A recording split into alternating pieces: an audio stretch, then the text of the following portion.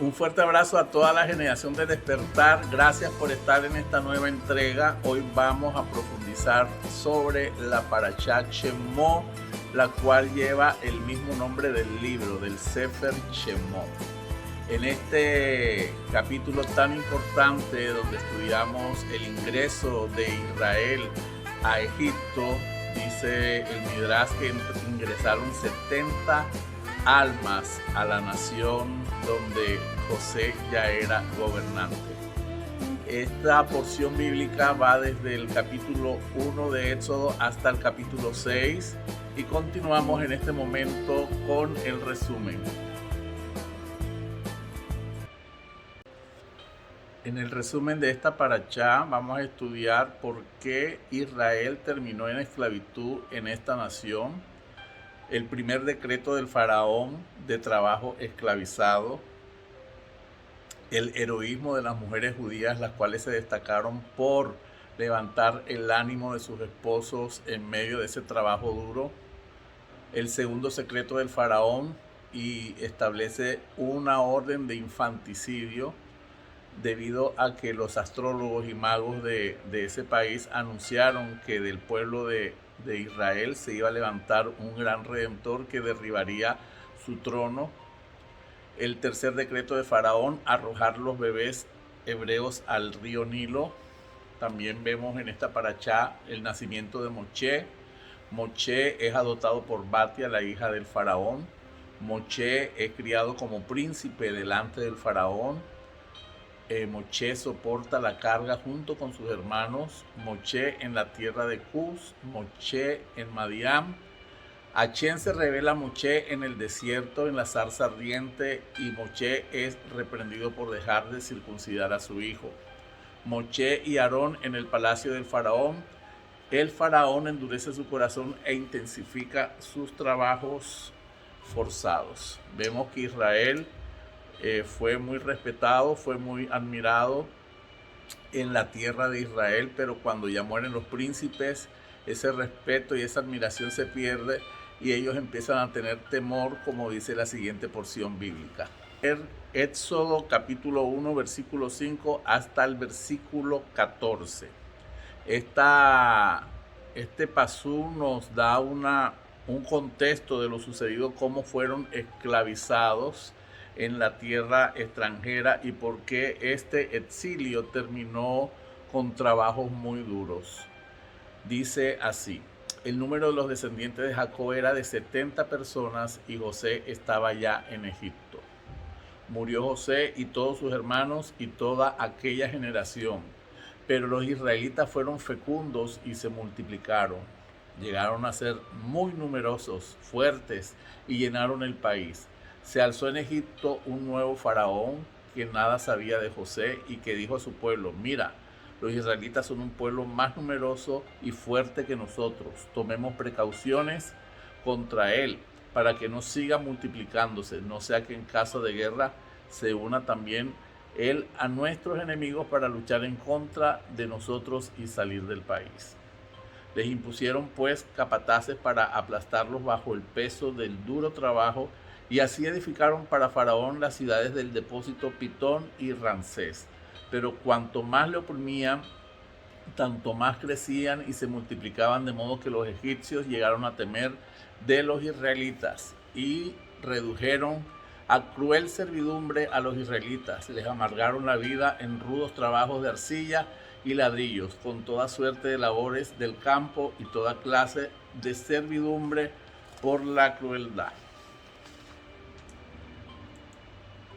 Hoy día vemos que hay un sistema que está programando, y vamos a estudiar en este día por qué el exilio terminó en esclavitud cuando eran realmente respetados por todo el trabajo que José Hatzadí hizo en esa nación y por el tiempo en que los príncipes de Israel vivían.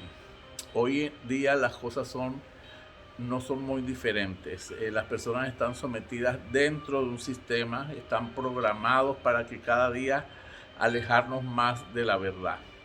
Los medios masivos, la escuela, la sociedad bombardea cada día al punto de controlar las conciencias y logran, así como el sistema cultural y artístico de Egipto logró asimilar la identidad del pueblo de Dios en esa nación.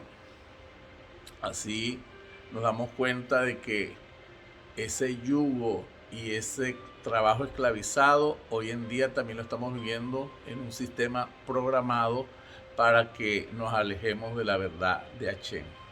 En el capítulo 1 de Shemot, versículo 1, que mientras los príncipes de Israel estuvieron vivos, ellos evitaron estar en contacto con toda la sociedad y con toda la cultura egipcia. Pero también nos dice que los descendientes de Jacob comenzaron a entrar en la sociedad egipcia cuando ellos fallecieron y salieron de Goshen. Ya no querían estar en esa tierra que Abraham había adquirido en tiempos anteriores. Se mezclaron con los egipcios, asimilando su cultura y la adoración pagana de animales, visitando teatros, visitando circos. Se sintieron atraídos por sus dioses e imitaron sus prácticas, excepto la tribu de Leví y algunos sadiquín de las otras tribus. Aunque la descendencia de Abraham tenían cualidades intrínsecas, sus valores espirituales permanecían. Los egipcios eran corruptos. Los hijos de Israel poseían una pureza innata en su alma y un carácter refinado. Esa atmósfera mundana era de mayor libertinaje en el mundo. Podría decirse que era el punto más bajo de moralidad a nivel mundial. Sin embargo, los hijos de Israel se mantuvieron. Su nivel de kedushá siempre estuvo presente. Ellos continuaron colocando a sus hijos los nombres judíos. También siguieron hablando Lachon HaKodesh, que es el idioma hebreo. No se vistieron bajo la usanza egipcia y practicaron siempre la bondad de los príncipes de Israel. El faraón ordenó que ya no se realizaran más Brit Milá, el pacto que Dios tenía por medio de Abraham para toda su descendencia, y todos dejaron de hacer Brit Milá excepto la tribu de los levitas. Cuando Hashem vio cómo su pueblo se mezclaba y se asimiló con la nación de Israel, con su cultura, con su religión, con su adoración, cambió los sentimientos de agradecimiento que el pueblo egipcio tendría por pensamientos de odio y de rechazo, sembrando en el corazón de ellos un antisemitismo, provocando una serie de decretos malvados de parte del faraón en contra de Israel, con el propósito de que Israel volviera nuevamente a Hashem. Asimismo, hoy día, las 12 tribus que están diseminadas hasta lo último de la tierra, mezclados con diferentes culturas, con diferentes religiones, asimilados en esa sociedad, en medio de la idolatría, festejando fiestas que no pertenecen a Hashem, cuyo origen no honra al único Dios verdadero. Y hoy vamos a analizar una de estas fiestas, el origen de la Navidad. Hoy vamos a entrar en esta enseñanza no con el propósito de golpear a las personas en su cultura o en su religión, sino con el propósito de elevar su conciencia y llevar su vida a un mayor conocimiento del origen de todas las cosas. Sacarlos del sistema, no dando bibliazos, sino afirmar que amamos la verdad y que amamos a Dios con toda nuestra mente, con toda nuestra alma, con todas nuestras fuerzas. No es para traer tampoco conflicto a nivel familiar. Hay que ser muy sabios cuando tenemos este conocimiento. Tenemos que saber manejarlo. Y espero que al final de la clase tu conciencia sí va a estar diferente y podrás ver de qué manera podemos honrar a Dios, de qué manera podemos celebrar sin alejarnos de su presencia y de su verdad. Hoy vamos a estudiar el origen de la Navidad. Para poder estudiar el origen de cualquier fiesta podemos aludir a su nombre. El origen de la palabra Navidad viene del latín tardío nativitas, que significa nacimiento. En esta fiesta se celebra el nacimiento de Jesucristo. Entonces es importante que nosotros veamos por qué en esa fecha donde se celebra el nacimiento de Jesucristo nacen muchos dioses, y esos dioses solares también tienen muchas similitudes con la biografía o con la historia que se dice de cada uno de ellos. Entonces nos damos cuenta en esta imagen que hay muchos dioses solares que nacen el 25 de diciembre. Dioses de Grecia, de India, de Fenicia, de Egipto, de Israel, de Babilonia, de Persia, y específicamente nos vamos a enfocar hoy en un Dios que nace 3000 años antes de nuestra era, y es el Dios babilónico Ninro. Y ese dios babilónico Ninro tiene una esposa que se llama Semiramis. Continuamos con esta historia. Vamos a tratar de dar una explicación por qué tantos dioses solares nacen el 25 de diciembre, y esta explicación tiene que ser una explicación astrológica del nacimiento de los dioses solares. Vamos a colocar el ejemplo de Jesucristo. Jesucristo nace un 25 de diciembre en Belén, en la casa del pan. Fue identificado con una estrella en el este, la cual 3 reyes siguieron para ubicar y adorar a su Salvador. Tenía 12 discípulos, que tienen que ver, más adelante les voy a explicar con qué tienen que ver esos 12 discípulos. El 24 de diciembre hay una estrella que es muy brillante en la noche, y hace conjunción con 3 estrellas más brillantes en el cinturón de Orión. Esa constelación de Orión siempre aparece el 24 de diciembre con esa estrella del este, Sirius. Todas apuntan al lugar de donde sale el sol el 25 de diciembre. También en este movimiento astrológico se perfila la constelación de Virgo. Virgo, la palabra Virgo tiene que ver con la palabra virgen. Entonces nos damos cuenta que los sabios de la antigüedad en diferentes naciones llegaban a la misma conclusión y establecían un ídolo, establecían un dios con esa fecha de nacimiento, y todo era mirando las estrellas. Esta constelación de Virgo también era llamada la casa del pan, y nos damos cuenta que Jesucristo nace en Belén, que también es llamado la casa del pan.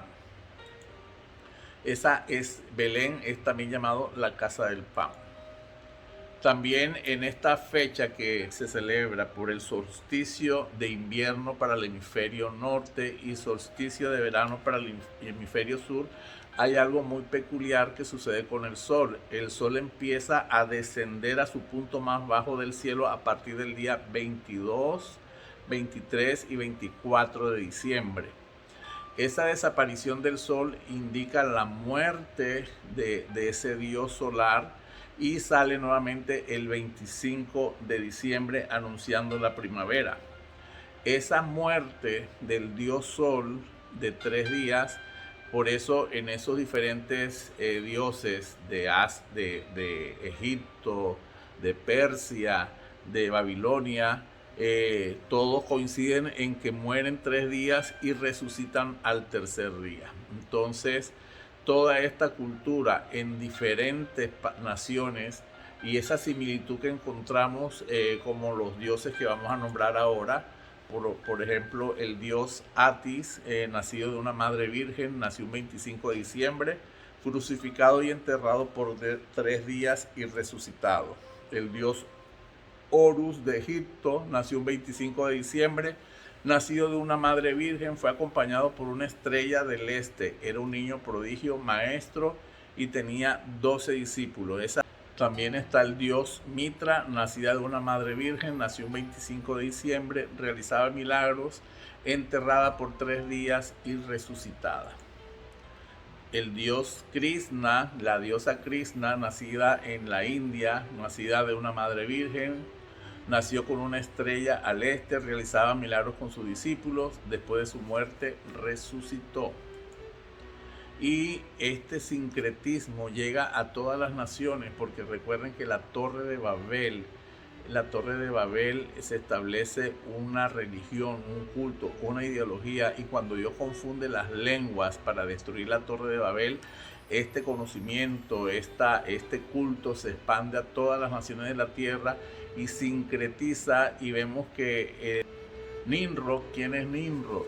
Nimrod es el primer hombre fuerte y armado que se levanta contra Dios. Vemos en Bereshit 10:6 la genealogía de Noah, y entre ellos vemos la genealogía de Can. Recordemos que Can tuvo un incidente con su padre, vio la desnudez de su padre, por lo cual su hijo recibió una maldición que cae a la tercera y cuarta generación, y la descendencia de Can es una descendencia maldita. Por eso Nimrod, quien llegó a ser el primer hombre poderoso en la tierra, porque fue el primer hombre poderoso en la tierra, porque Can había usurpado, había robado el cinto de Adán, el cual le daba un poder especial sobre los animales. Por eso era un gran cazador, porque él tenía ese cinto que le pertenecía a Adán y que había venido por herencia en la descendencia que conocemos de Adán hasta este personaje. Entonces Can permite que Nimrod posea este cinturón que le da cualidades especiales, y es así como Nimrod, vigoroso cazador delante de Hashem, se establece como un dios solar y está casado con una mujer que se llama Semiramis. Semiramis, que también es nombrada como la reina del cielo, establece un culto pagano, establece la adoración al dios sol por medio de sacrificios de niños, y este sacrificio de niños se expande hacia todas las naciones, como ya dije anteriormente, ya que cuando Nimrod muere por manos de Sem, el cuerpo de Nimrod es mutilado y llevado a diferentes naciones para establecer la adoración al dios sol en diferentes naciones. Semiramis queda como reina y señora, queda embarazada de manera adúltera, y su hijo Tamuz es un niño enclenque, del cual ella no iba a permitir que gobernara. También lo mandó a asesinar en una cacería de jabalíes. Muerto por uno de estos jabalíes, cae sobre un pino, y este pino o árbol de Navidad o cualquier otro árbol es tomado realmente como el culto a Nimrod y a Tamuz. 40 días y 40 noches las sacerdotisas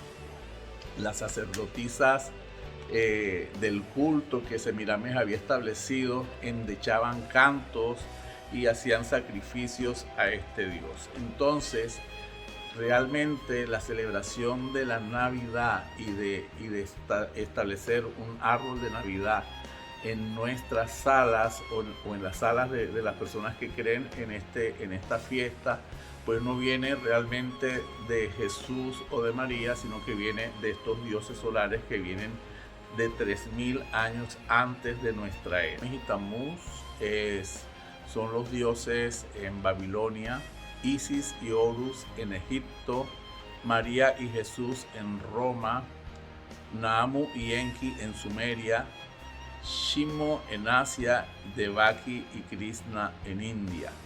Hay muchas similitudes en estos dioses solares. Se establece la adoración de la diosa madre y se establece el dios solar en cada uno de estas naciones. ¿Cómo entra esta adoración a la reina madre o a la reina del cielo y al niño Dios en nuestro sistema occidental? En el tiempo de Constantino el Grande, en el siglo IV, Constantino el Grande tiene una visión, o dice el mito o la historia o la leyenda, que él tiene una visión de una cruz que le dice una voz: y por este símbolo vencerás. Pero esa cruz no tiene nada que ver con la cruz de Jesús, sino con la cruz de Tamuz. Él se une con los cristianos con el propósito de unificar su reino, para darle más poder a su reino, y saca un edicto donde la religión oficial del Imperio Romano es el cristianismo, aunque él era un adorador de Mitras, del dios Sol. Por eso cuando ingresa la imagen de la Virgen y del Niño Dios al sistema cristiano, lo que hicieron fue establecer la adoración de estos dos personajes en las fiestas de las Saturnarias, que eran como unos carnavales donde había bebeta, donde había borracheras, donde había juegos, y se establece y simplemente cambian el nombre de Semiramis por María y de Tamuz por el Niño Dios. Y a partir del siglo V es que se establece oficialmente la Navidad en todo el Imperio Romano. Vemos la imagen del Niño Dios con el Dios Sol atrás, con el símbolo del Sol atrás, y vemos la imagen de la Reina del Cielo con las estrellas que simbolizan las constelaciones a las cuales aluden al Dios Sol. En Ezequiel 8:14 podemos leer: y me llevó a la entrada de la puerta de la casa de Achén, que está en el norte, y he aquí mujeres que estaban allí sentadas endechando. La palabra endechando simboliza cantos fúnebres hacia Tamuz, endechando a Tamuz. Luego me dijo: no ves, hijo de hombre, vuélvete, aún verás abominaciones mayores que estas. Y me llevó al atrio de adentro de la casa de Achén, y aquí junto a la entrada del templo de Achén, entre la entrada y el altar, como 25 varones, sus espaldas vueltas al templo de Achén y sus rostros hacia el oriente, y adoraban al sol, postrándose hacia el oriente. Entonces vemos siempre que en cada arbolito de Navidad hay una estrella principal que simboliza el sol, las bolitas de Navidad pintadas de rojo porque era la sangre de los niños que se sacrificaban, que Semiramis utilizaba para mantener su belleza y para mantener su juventud. Realmente podemos evaluar el origen de estas fiestas, pero debemos tener en cuenta que hay ordenanzas que marcan la diferencia. Están en todas nuestras Biblias, está en la Torá, y dice así: yo, Hashem, tu Dios, que te he sacado de la tierra de Egipto y de la casa de esclavitud.